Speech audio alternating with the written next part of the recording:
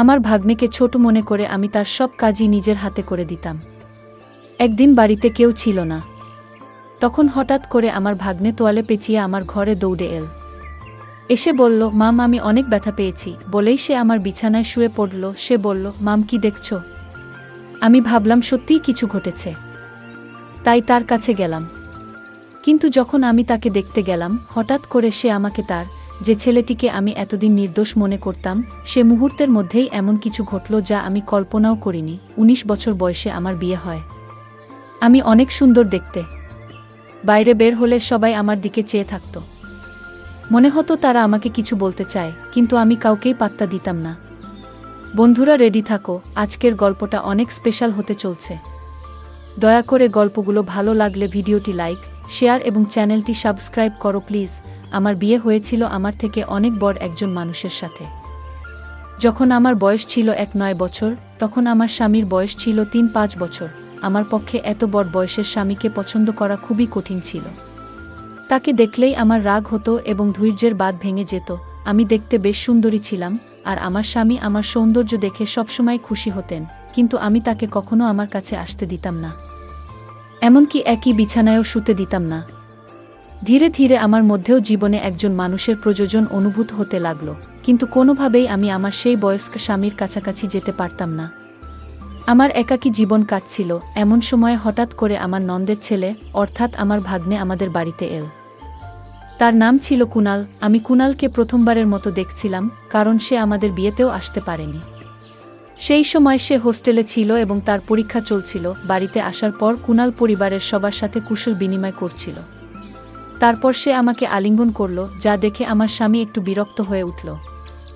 পরিস্থিতি স্বাভাবিক করতে আমি কুনালকে জিজ্ঞাসা করলাম, কুনাল হঠাৎ করে বাড়িতে আসার সুযোগ কিভাবে পেলি? এই প্রশ্ন করার পরেই আমার শাশুড়ি মা রেগে গিয়ে বললেন, তুমি কি জানতে চাও আর আমার মেয়ের ছেলে এখানে আসতে পারবে না? আমি বিনয়ের সাথে বললাম, না মা, আমার ওভাবে বলার মানে ছিল না। আমি শুধু বলতে চেয়েছিলাম। কুনাল আমাদের বিয়েতে আসেনি তো হঠাৎ আজ এলো কেন? কুনাল মুচকি হেসে বলল, নানি, মাম তো শুধু প্রশ্ন করেছেন, রাগ করবেন না। আমার তখন ফাইনাল পরীক্ষা চলছিল, তাই বিয়েতে আসতে পারিনি। তবে এখন আমি এসেছি, আর মাম থেকে অনেক আদর নিয়ে তবেই ফিরব। যখন মন ভরে যাবে তখনই ফিরে যাব। এই কথা শুনে সবাই হেসে উঠল। আমি কুনালের থাকার বিশ্বাসটা জানতে চাইনি, শুধু মজা করে একটা প্রশ্ন করেছিলাম, কিন্তু শাশুড়ি মা রেগে গেলেন, তাই আর কিছু বলার সাহস পেলাম না। কিছুক্ষণ পর কুনাল ফ্রেশ হয়ে এলে শাশুড়ি মা আমাকে তার জন্য নাস্তা আনতে বললেন। নাস্তা নিয়ে যাচ্ছিলাম, হঠাৎ পা পিছলে প্লেট কুনালের উপর পড়ে গেল। নাস্তা তার পোশাকে পড়ায় শাশুড়ি মা চিৎকার করে বললেন, তাড়াতাড়ি তার পোশাক পরিষ্কার করো। তখন স্বামী বাড়িতে ছিলেন না। আমার স্বামী তখন বাজারের কাজে বাইরে গিয়েছিলেন।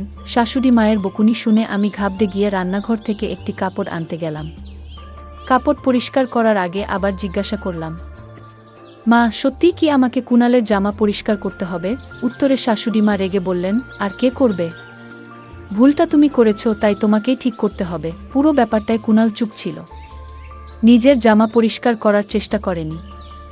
জামা পরিষ্কার করতে গিয়ে আমি একটু অস্বস্তি বোধ করছিলাম। কুনাল নিজেই পরিষ্কার করতে পারত, কিন্তু সে দাঁড়িয়ে আমাকে কাজটা করতে বলল।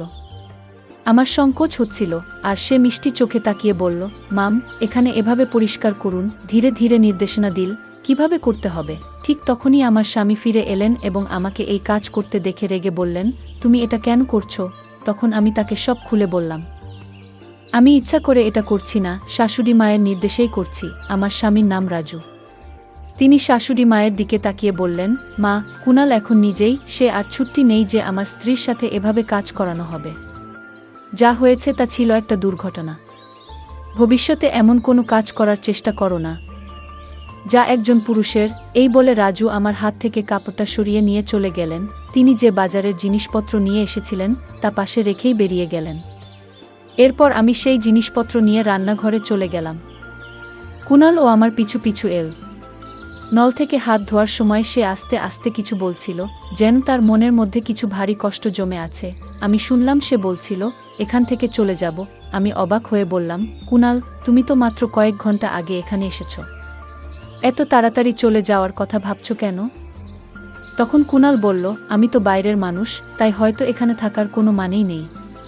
মামিও আমাকে হয়তো বাইরের লোক মনে করেন।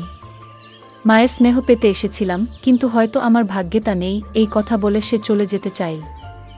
আমি তখন হঠাৎ করেই তার হাত ধরে ফেললাম।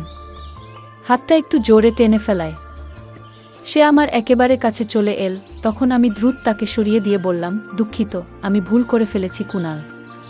আমি ভুল করে তোমাকে টেনে এনেছিলাম। বলার পর আমি তাকে বোঝানোর চেষ্টা করলাম, কুনাল, রাজুর কথাগুলোকে মন থেকে নিও না। আসলে আমি আমার স্বামীকে তেমন গুরুত্ব দিই না। সে শুধুমাত্র সম্পত্তির জন্য আমার পেছনে ঘুরে বেড়ায়। তোমার পোশাকে কিছু পড়লেও আমি পরিষ্কার করতাম, যেমনটা তোমার জামা কাপড় পরিষ্কার করেছি। যদি সত্যিই আমার কাছ থেকে আদর স্নেহ পেতে চাও, তবে এখানেই থাকো। না হলে রাজুর কথাগুলো মনে রেখে চলে যেতে পারো। এরপর বললাম, দেখো এখন কি করবে? আমার কথা শুনে কুনাল বলল, মাম, সত্যি বলতে, আপনার কথাগুলো শুনে আমার সব রাগ গলে গেল। এখন শুধুমাত্র আপনার জন্যই এখানে থাকব। আপনি যদি বলেন তবে এখন থেকে আমি আপনারই, বলেই সে আমাকে আলিঙ্গন করল। কুনালের এমন ছোট ছোট কথাগুলো আমার মনে প্রভাব ফেলছিল। চোখের পলকেই 5 দিন কেটে গেল। এই কদিনে কুনাল বাড়ির একজন সদস্য হয়ে উঠেছিল। প্রতিদিন সকালে আমার স্বামী তাকে দোকানে নিয়ে যেতেন।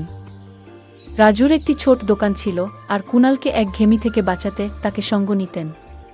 কুনাল আসার পর বাড়ির কাজের চাপ বেড়ে গেল। শাশুড়ি মা সারাদিন মন্দিরে থাকায় বাড়ির কাজের সহায়তা করতেন না। আর স্বামীর আয়ও ছিল কম, তাই কাজের লোক রাখা সম্ভব ছিল না। একদিন আমি রাজুকে বললাম, রাজু, এত কাজ আর পারছি না। বাড়িতে এখন আরও একজন সদস্য, কিন্তু শাশুড়ি মা কোনো সাহায্য করছেন না। আমাদের কথোপকথন শাশুড়ি মা শুনে ফেললেন। রেগে ঘরে ঢুকে বললেন, এই বয়সে তুমি আমার কাছ থেকে কাজ করাতে চাও, আর স্বামীর কানেও কথা ঢালছ?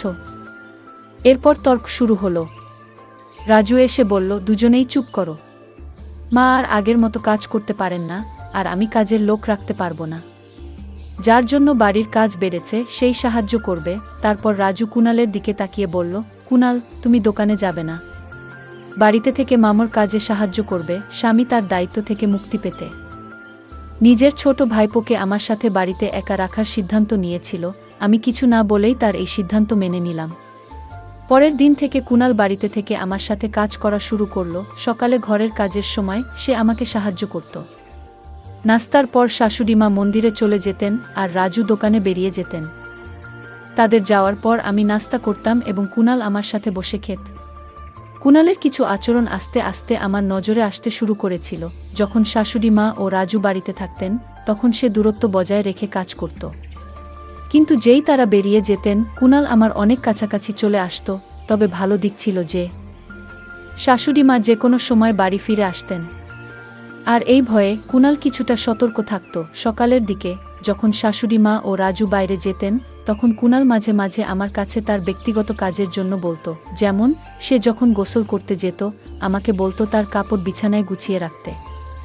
তার সাহস এতটাই বেড়ে গিয়েছিল যে একদিন সে আমাকে বলল, মাম, আজ তুমি শাড়ি পরে আসো, শাড়িতে তোমাকে অনেক সুন্দর লাগে। আমি এইসব বিষয়গুলো উপেক্ষা করছিলাম, কিন্তু তার আচরণ ক্রমশ বাড়ছিল। একবার সে বলল, মাম, গোসলের জন্য বালতিতে জল ভরে দাও। সেদিন আমি রান্নার জন্য সবজি নিয়ে বেশ বিরক্ত ছিলাম, তাই গোসলের জন্য খুব গরম পানি ভরে রেখেছিলাম। কিছুক্ষণ পরে কুনাল বাথরুম থেকে দৌড়ে আমার ঘরে চলে এল। তার গায়ে শুধু একটি তোয়ালে জড়ানো ছিল। সে ঘরে ঢুকে বলল, মাম, আমাকে পুড়ে যাওয়া মলম লাগিয়ে দাও, খুব গরম লেগে গেছে। আমি তখন বুঝতে পারলাম আমি রাগের মাথায় অত্যধিক গরম পানি দিয়েছিলাম, আর সে হয়তো পানি পরীক্ষা না করেই গোসল শুরু করেছিল। কুনাল আমার দিকে এসে বলল, মাম, খুব জ্বালা করছে, কোনো ক্রিম বা কিছু আছে কি? একটু লাগিয়ে দাও। সে তার পা দেখালো যেখানে সে বলছিল পুড়ে গেছে। আমি একটু নার্ভাস হয়ে গেলাম এবং বললাম, আমার ভুল হয়েছে, রাগের মাথায় এমনটা করিনি। আমি কুনালকে বললাম, আমার উচিত ছিল না এত গরম পানি সেখানে রাখা, কিন্তু তুমিও তো আগে দেখে নিতে পারতে পানিটা কতটা গরম। কুনাল হেসে বলল, এসব বাদ দাও, আগে আমার পায়ের দিকে তো দেখো। আমি তখন লজ্জা আর অস্বস্তিতে আস্তে আস্তে তার পায়ের তোয়ালেটা সরাতে লাগলাম। দেখি তার হাঁটুর উপরে কিছুটা জ্বলে গেছে। একজন তরুণ ছেলেকে এভাবে স্পর্শ করতে গিয়ে আমি একটু অস্বস্তিতে পড়ে গেলাম। তোয়ালেটা সরানোর আগে একবার কুনালের দিকে তাকালাম। তার চোখের চাহনি দেখে আমি একটু দূরে সরে গেলাম। তারপর বললাম, তুমি মিথ্যে অভিনয় করছো, তাই না? কুনাল বলল, মাম, আমি জানতে চাইছিলাম তুমি রাগ থেকে এটা করেছ। নাকি আমার জন্য চিন্তিত ছিলে? আমি তো শুধু তোমার সাথে একটু মজা করছিলাম। তার কথায় আমি রেগে গেলাম। হঠাৎ সে আমার হাত ধরে তার দিকে টেনে নিল আর চোখে চোখ রেখে বলল, মাম, আমি তোমার কাছে কেমন? তার প্রশ্নটা অদ্ভুত লাগলো। আমি বললাম, কুনাল, এটা তুমি কি করছো? আমি তোমার মাম, এটা ভুলে যেও না। আমার হাত ছেড়ে দাও, না হলে আমি তোমার মামার কাছে অভিযোগ করব। কুনালের প্রতিক্রিয়া ছিল, মামা আমাকে এখান থেকে বের করতে পারবেন না। তার এই কথায় আমি আরও অবাক হয়ে গেলাম। এরপর সে আমাকে আরও কাছে টেনে নিল, এতটাই কাছে যে আমি নিজের স্বামীর সাথেও এতটা ঘনিষ্ঠতা কখনো অনুভব করিনি। কুনালের এমন আচরণে আমি কিছুটা দুর্বল হয়ে পড়ছিলাম। ঠিক তখনই বাইরে থেকে শাশুড়ি মা জোরে ডাকলেন, বৌমা। সেই মুহূর্তে শাশুড়ি মায়ের কণ্ঠ আমার কাছে আশীর্বাদের মতো শোনালো। কারণ তার ডাকে আমি কুনালের হাত থেকে রেহাই পেলাম। শাশুড়ি মা আসার পর কুনাল আমাকে ছেড়ে কিছুটা দূরে সরে গেল। রাতে আমি মনে মনে সিদ্ধান্ত নিয়েছিলাম যে এই বিষয়ে আমার স্বামী রাজুর সঙ্গে কথা বলবো। শোয়ার আগে রাজু হঠাৎ বলল, তোমার তো এখন কাজের চাপ কিছুটা কমে গেছে, তাই না? কুনাল তো তোমাকে সহায়তা করছে, তাই তো?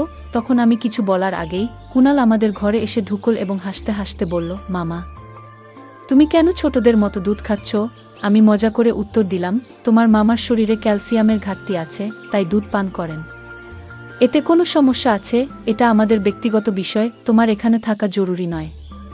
এরপর কুনালকে বাইরে যেতে বললাম। আমার এই কথায় আমার স্বামীর মুখে হাসি ফুটে উঠল। তারপর আমরা দুজনে ঘুমিয়ে পড়লাম। পরের রাতে আমি যখন রান্নাঘরে দুধের গ্লাস রাখতে যাচ্ছিলাম, তখন হঠাৎ কুনাল আমাকে টেনে তার ঘরে নিয়ে গেল। তার এমন আচরণ দেখে আমি রেগে গিয়ে বললাম, কুনাল, তুমি কি করছো? আমি তোমার মাম, এটা ভুলে যেও না। তুমি যদি 5 সেকেন্ডের মধ্যে আমার হাত না ছাড়ো, তবে আমি চিৎকার করব।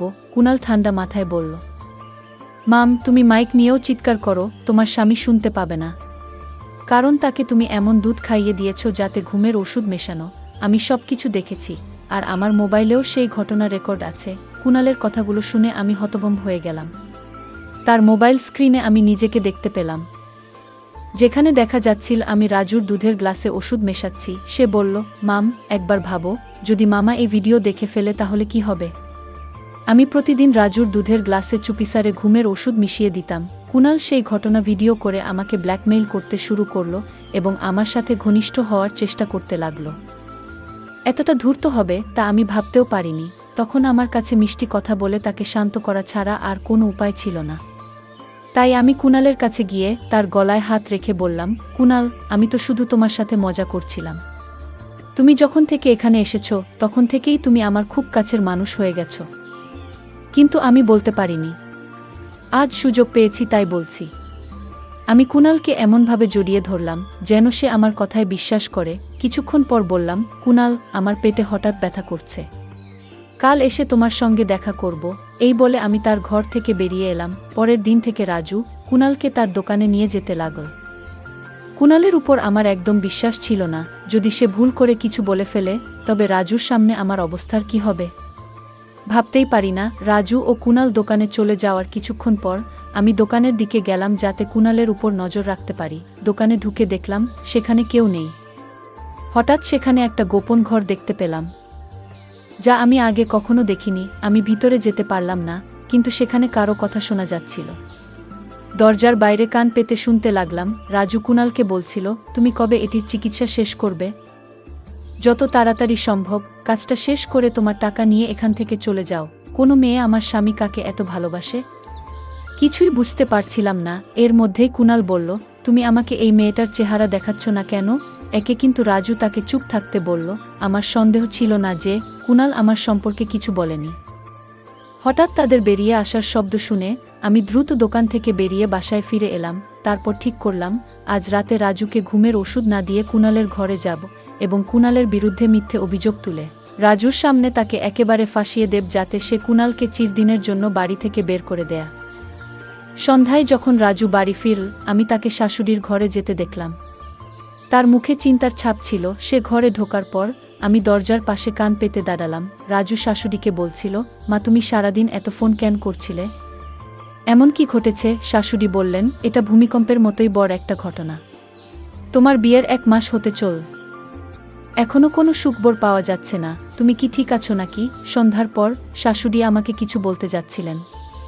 হঠাৎ পেছন থেকে কুণাল ডেকে উঠল, মাম। কুণালের কথা শুনে শাশুড়ি চুপ হয়ে গেলেন। তার মনে হয়েছিল যে আমি বাইরে আছি। আমি তার কথার প্রতিক্রিয়া না দেখিয়ে সরাসরি রান্নাঘরের দিকে চলে গেলাম।